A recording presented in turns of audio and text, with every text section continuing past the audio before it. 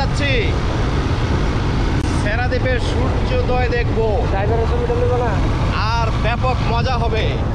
আমাদের রাইডার হচ্ছে এই যে দেখেন সেন্ট মার্টিনে এসে রাইডিং করতেছে। ভাই আপনার রেট কত? হ্যাঁ আপনার রেট কত ভাই? অনেক রেট অনেক। আরে যাই হোক কোন না, আপনার রেট কত? 5 লাখ। গাড়ির দাম বলছে, গাড়ির দাম।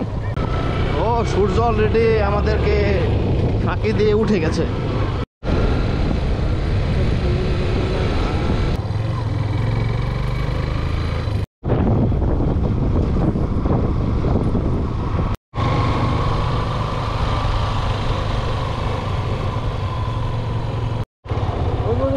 আমরা মোটামুটি চেরা দ্বীপের কাছাকাছি চলে এসেছি। রাস্তার যে অবস্থা আমার মনে হয় না যাওয়া যাবে আর কি। যদিও যাই তাহলে হাইটা যাওয়া লাগবে, মোটর সাইকেল নিয়ে যাওয়া পসিবল না।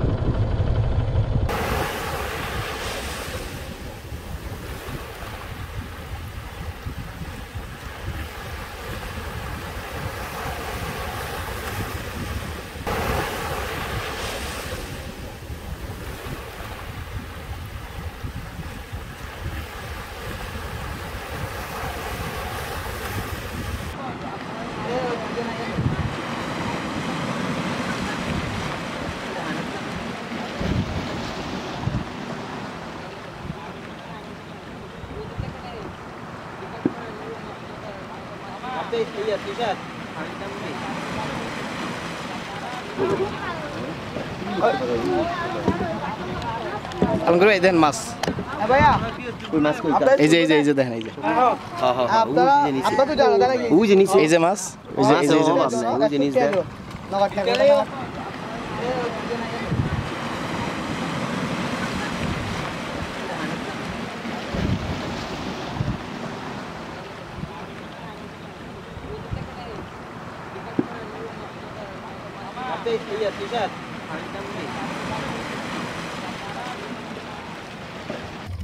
আমরা চেরা দ্বীপে আসছিলাম।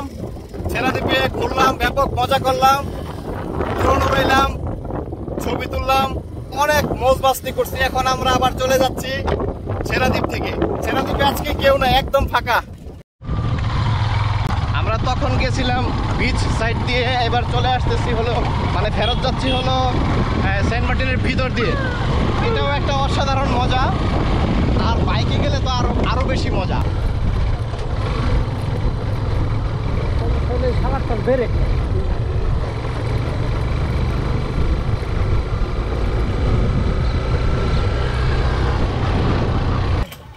আমরা এখন নাস্তা খাইতে যাচ্ছি বাজারে।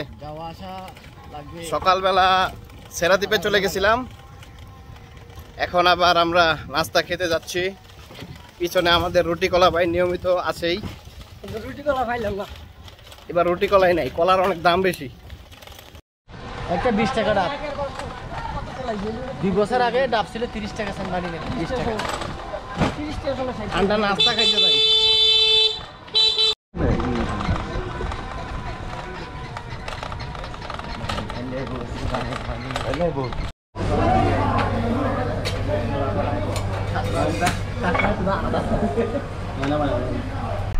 আমরা তো আজকে চলে যাব, এই জন্য আবার একটু ভিজাভিজি করতেছি, ভিজাভিজি করার জন্য যাচ্ছি আর কি।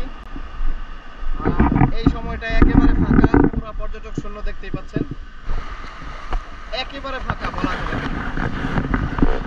আর আমাদের রিসোর্টটাও একদম বিচের নিকটে হওয়ায় মানে পট করে চলে যাওয়া যায়, পট করে সমুদ্রে চলে যাওয়া যায়।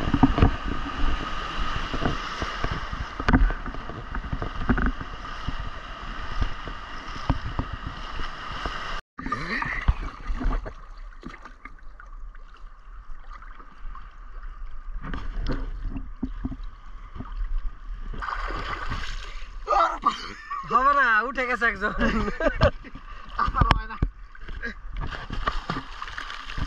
কিরে তুই হাতার দিয়ে কি নিঃশ্বাস লস? পাওয়ারে কি নিঃশ্বাস লস?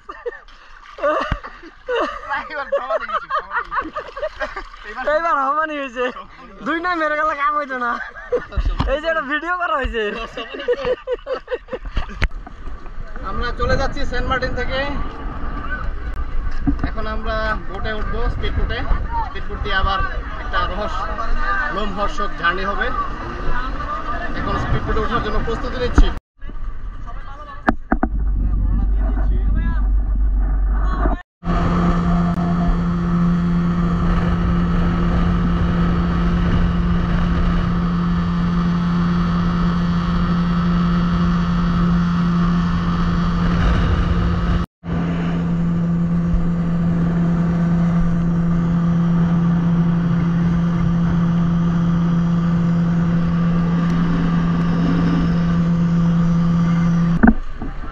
চলে এসেছি।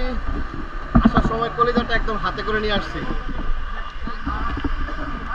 কারণ সাগর যে পরিমাণ উত্তাল ছিল আমার মনে হয় না কারো নির্ভয়ে কেউ আসতে পারছে।